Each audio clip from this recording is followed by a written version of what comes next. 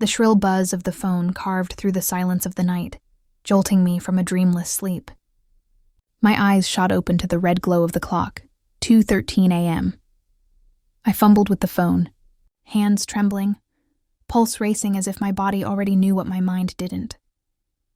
On the other end, my daughter's voice was fragile, shredded by panic, a whisper so thin it barely existed. "Mom, save my child." Then came the sound no mother should ever hear, an ear-splitting scream that tore through the line before everything went dead. For a heartbeat, I sat frozen, paralyzed by the echo of her desperation. My thumb pressed redial over and over, the dial tone mocking me with its hollow refusal to connect. Every unanswered ring deepened the dread curling inside my chest.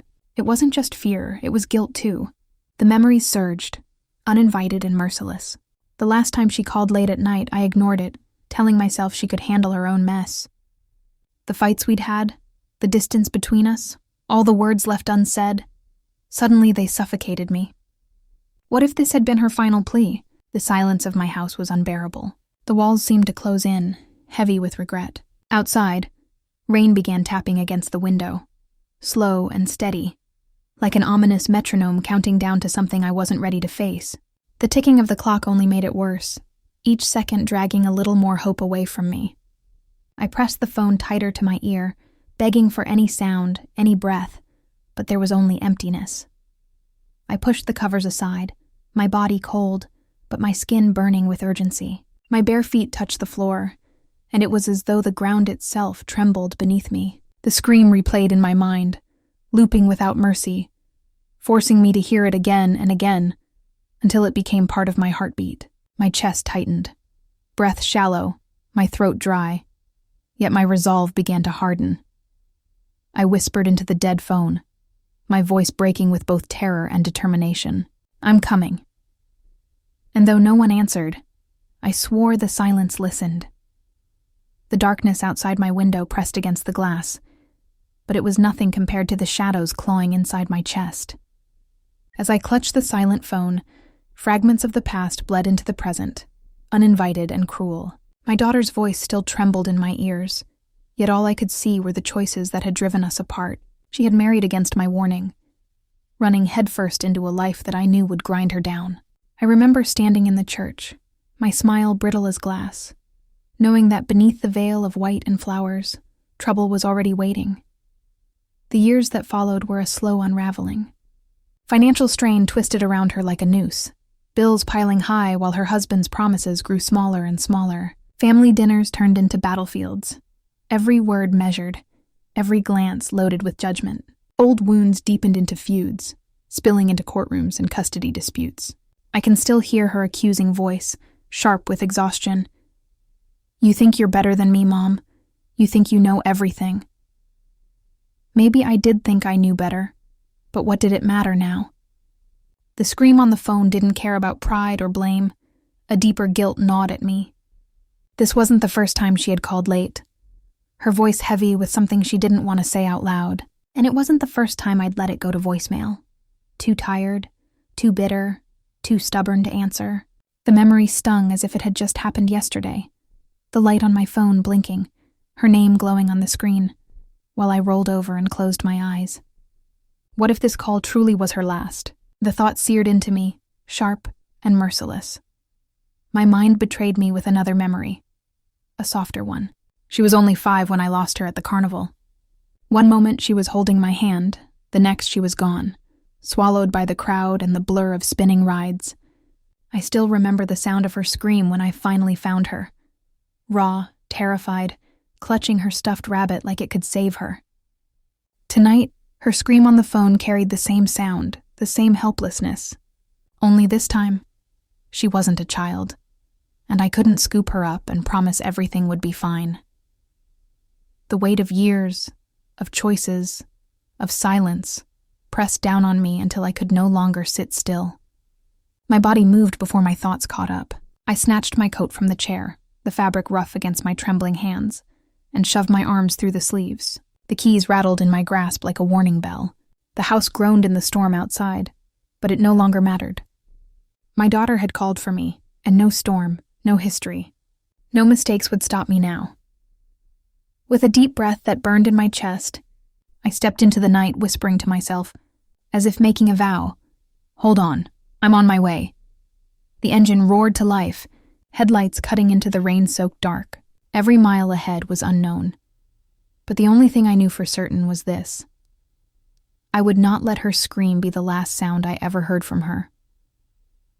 The rain had grown heavier, slanting sheets illuminated by the thin beams of my headlights as they carved through the night. The road stretched ahead like a ribbon of emptiness, deserted and cruelly silent. Every flicker of light on the wet pavement reminded me of the scream, dragging it back into my chest with merciless precision. I gripped the steering wheel tighter, my knuckles pale against the dark leather, replaying her voice in my head. "Mom, save my child."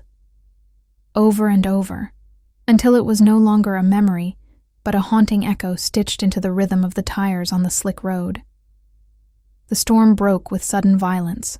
Thunder cracked above me, lightning fractured the black sky, and the downpour thickened.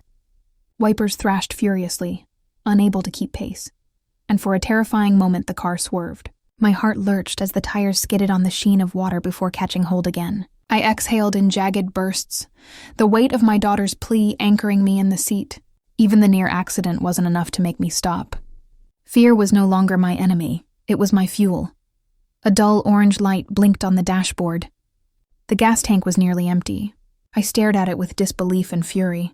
It felt like some cruel metaphor, a mirror of my own strength, drained, flickering, running on fumes. But I pressed harder on the pedal, whispering to myself that I couldn't run out now. Not when she was waiting. Not when her scream still bled through my ears. In desperation, I tried calling again. First my daughter's number, no answer. Then the neighbors. Voices I had once trusted to look out for her, no answer. Finally the police. My hands shook as I clutched the phone to my ear, listening to the endless ring before the line collapsed into silence. It was as though the world itself had shut its doors, leaving me trapped in this purgatory of unanswered calls and unanswered prayers. I turned the radio on, hoping for distraction, guidance, anything. What I found instead was static, harsh, grating, unrelenting static that filled the car and stabbed at my ears. Yet somehow it felt right. It was the sound of our connection, fractured, broken, unreachable. I kept it on anyway, because the silence behind it was worse. Mile after mile, the night seemed to stretch endlessly, the storm pushing against me, trying to keep me away. But then, through the blur of rain and darkness, something appeared. A faint glow in the distance, flickering, uncertain. My daughter's house. The sight pierced through my exhaustion like a blade. Lights flashing on and off, as if the house itself was sending out a distress signal, begging me to come closer. My grip on the wheel steadied, the gas light still burning but ignored. Whatever waited for me there, I knew I was already too deep in to turn back. The scream, the silence, the storm. All of it led to that trembling light in the distance. The tires crunched over gravel as I pulled into the driveway, headlights sweeping across my daughter's house. It stood there in the storm like something abandoned, eerily still, its outline trembling in the rain-soaked air. My pulse hammered when I noticed the front door swaying slightly, open just enough to show a sliver of blackness inside. No glow from the living room, no sound of movement. Just the wind, whistling through the gap like a warning. I stepped out of the car, rain drenching me instantly, but the cold sting of it barely registered. My shoes sank into the wet earth as I rushed forward, heart pounding. Every instinct screamed that something was terribly wrong. With shaking hands, I pushed the door wider. The hinges moaned, a sound too human for an empty house. Inside, the silence pressed heavier than the storm outside. My eyes adjusted slowly to the dim light spilling from the hallway. The living room was chaos, an overturned lamp lying in the corner, its shade cracked like brittle bone. A child's toy, a stuffed rabbit, was abandoned in the center of the rug, one button eye staring at me. The faint smell of smoke lingered, acrid and unsettling, as though something had burned briefly and been snuffed out. I stumbled forward, calling out, "Anna!" My voice cracked against the walls, swallowed by the emptiness. No answer. The baby's crib stood against the wall, sheets tangled, the mattress bare, empty. My breath caught in my throat, panic surging through me like a tidal wave.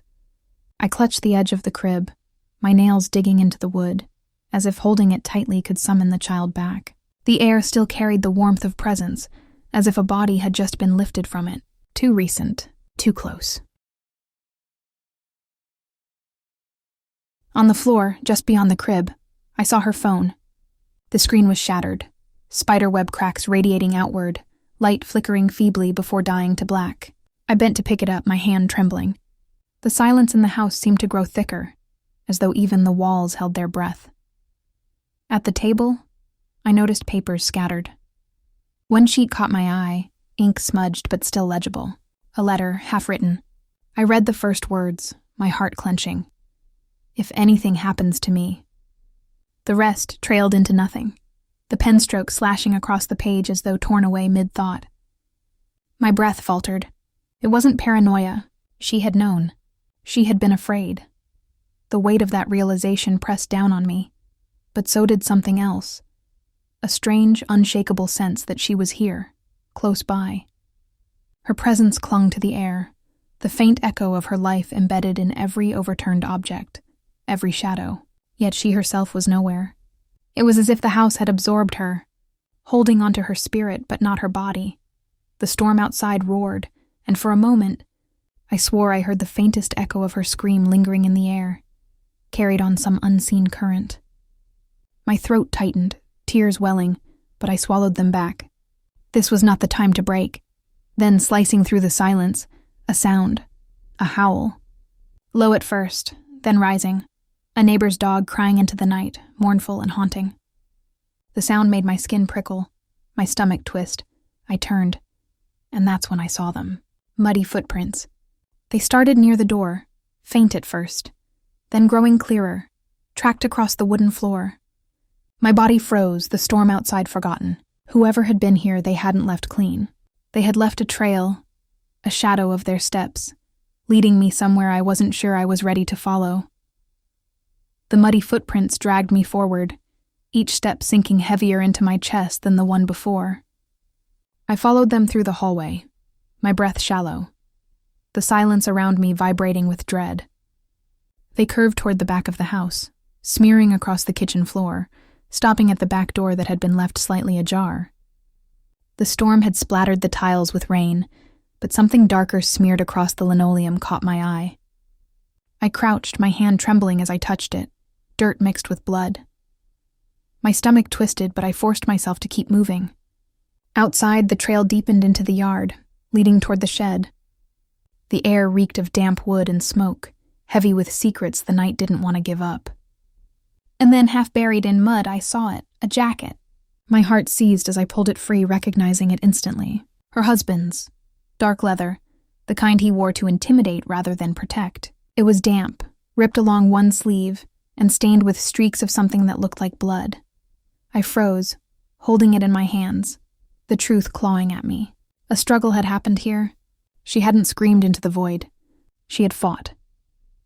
Memories of him crowded into my mind like ghosts, his smile too wide at family dinners, the way his charm cracked into anger when money came up. I had seen the signs long before my daughter had admitted them. The debts, the shady friends, the whispered phone calls he took in the garage late at night. He had promised her a good life, but what he had really built was a cage, financed by lies and fed by dangerous men. I remembered her voice, brittle but determined during one of our last real conversations. "Mom, I can't let my child grow up like this. I'm making a plan." I hadn't realized then what she meant. Now the pieces slammed together with brutal clarity. She had been preparing to leave him, to take her baby and vanish before his shadow swallowed them whole. That phone call, "Save my child," wasn't random desperation. It was the climax of everything she had been hiding. Red and blue lights cut across the storm, jolting me out of my thoughts. The police had finally arrived, tires hissing against wet pavement as they pulled into the driveway. Relief should have washed over me, but instead, unease sank deeper into my bones. 2 officers stepped out, rain dripping from their hats, their flashlights slicing through the dark. I ran to them, jacket in hand, words spilling out too fast. She called me, she screamed. Her husband, he's involved. Look, there are footprints, blood, signs of a struggle. You have to search now." They exchanged a glance, the kind that wasn't meant to be seen. Then one spoke slowly, like I was a child. "Ma'am, you're in shock. There's no immediate evidence of a crime here. Your daughter probably stepped out. People fight, people leave. You might be overreacting. The word burned in my ears like acid. I wanted to shake them, to force them to hear the scream that still rang inside me. But they only nodded politely, promised to file a report, and moved with the sluggish disinterest of men who had no idea what was at stake. To them, I was just another frantic mother, hysterical and overwrought. They didn't see the cracks in the walls, the jacket heavy with betrayal in my hands. They didn't feel the truth gnawing at my ribs. I did, and I knew one thing with absolute clarity. If I didn't fight for her, no one would. As the squad car idled in the distance, useless and cold, I stood there drenched in rain, clutching the jacket like evidence in a trial only I could see. My daughter had trusted me with her last words. And buried beneath those words was another memory, faint but sharp enough to cut through the storm, her voice, once whispered late at night when fear had cracked through her defenses. "If I disappear, check the old cabin." The thought rooted itself inside me, solid and immovable. The police could dismiss me, but I would follow her trail. Whatever waited in that cabin, I knew it held the answers, and I was going to find them. The woods were alive with the roar of rain, branches snapping under the weight of the storm, and my heart pounding like it wanted to escape my chest. I had followed the van's tire marks as far as I could, stumbling through mud until I saw it, an old clearing lit by headlights. The van stood there, its engine idling low, shadows of men moving around it like predators circling prey. My body screamed to turn back, but something deeper shoved me forward. My daughter's voice was still inside me. "Save my child." I broke through the trees, shouting her name, my voice splitting the night. Flashlights swung toward me, blinding in their sudden glare. The men froze for a moment. Then one of them stepped forward, tall, broad, his face half hidden beneath a hood. He laughed low and cruel. "You should have stayed home, lady." "This isn't your fight," but it was. Every part of me knew it was. My daughter's scream had carved me open, and there was no sealing it until I brought her back. "Where is she?" My voice cut sharper than I felt. My hands trembled, but I balled them into fists, hiding the weakness. Another man emerged from the shadows, dragging something with him, my daughter's jacket. He tossed it onto the wet ground like garbage. She resisted. Screamed her lungs out until we shut her up. Should have known better than to cross her own husband's deal. The words sank into me like knives. Her husband, of course. He had made the bargain, sacrificing the safety of his wife and child to settle debts he could never repay. My chest tightened with rage so deep it tasted like blood. "You don't touch them," I said, my voice low, steady. "Not my daughter. Not her child." They laughed again, stepping closer, rain dripping from their coats.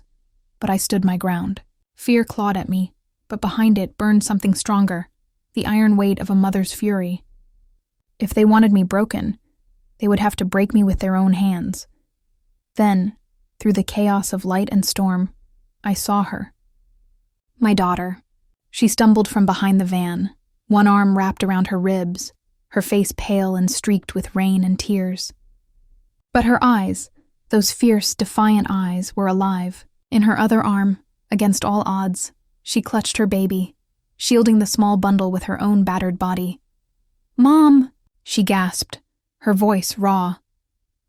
The men tried to grab her, but she twisted, holding the baby closer, teeth clenched against the pain. She was injured but unbroken. Even in the darkest moment, she fought not for herself, but for the tiny life in her arms. The world narrowed to just us, two women, mother and daughter, linked by blood and by fire, standing against men who thought they could buy and sell our lives. She staggered toward me, whispering through the storm, "Save my child," not as a plea this time, but as a vow, a command she shared with me.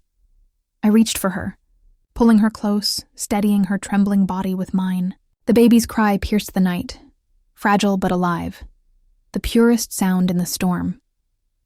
The men circled, anger rising now that their hold was slipping, but I was no longer alone. My daughter, battered and bleeding, stood beside me. her shoulders straightening as if my presence lent her strength. The rain poured over us, lightning cracked, and for one breathtaking moment, time slowed. We turned together, backs pressed against each other, shielding the child between us. She clutched her baby to her chest, and I steadied her with my arm. 2 generations, side by side, defying the storm and the men who thought they could destroy us. The thug stepped forward, but I was ready. For the first time in years, so was she. We weren't just mother and daughter anymore. We were warriors, bound by love, bound by survival. And together we faced them, the night trembling around us. The men advanced, their shadows stretching long in the beam of the headlights, when suddenly the clearing exploded with a second flood of light, red and blue, piercing through the storm. Sirens wailed, cutting sharp through the night. For a breathless moment all of us froze. The police cars rolled in, tires hissing on wet mud, doors slamming as officers shouted commands. I had called them earlier, during the chase, whispering through clenched teeth while I ran through the woods. I hadn't known if they would come, but they had. The thugs cursed, some trying to scatter into the trees, but spotlights pinned them like prey. Officers surged forward, guns raised, and the men dropped, mud splattering as they hit the ground. The one in the hood glared at me, a promise of vengeance simmering in his eyes.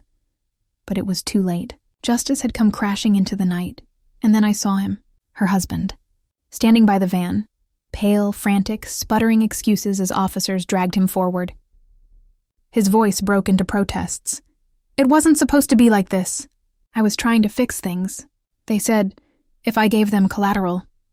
His words tumbled into the mud, meaningless. The betrayal was laid bare for all to hear. He had sold out his own family to repay debts, treating them like bargaining chips in a game he couldn't win. I felt my daughter stiffen beside me. Even broken and bruised, her face hardened like steel as she watched him being handcuffed. For a long moment, the storm's rage matched the silence between us, the echo of everything he had destroyed. And then it was over. The betrayal no longer whispered in shadows. It was dragged into the light, shackled and exposed. My daughter turned to me, rain streaking her face, her voice fragile but steady. "I knew you'd come," she whispered. It wasn't accusation or surprise. It was faith. Faith she hadn't dared to admit until now. I touched her cheek, brushing away the water and tears. "Even if the world ends," I said softly, my voice carrying everything I had ever failed to tell her, "I'll always come." She leaned into me, shoulders trembling, but this time it wasn't from fear.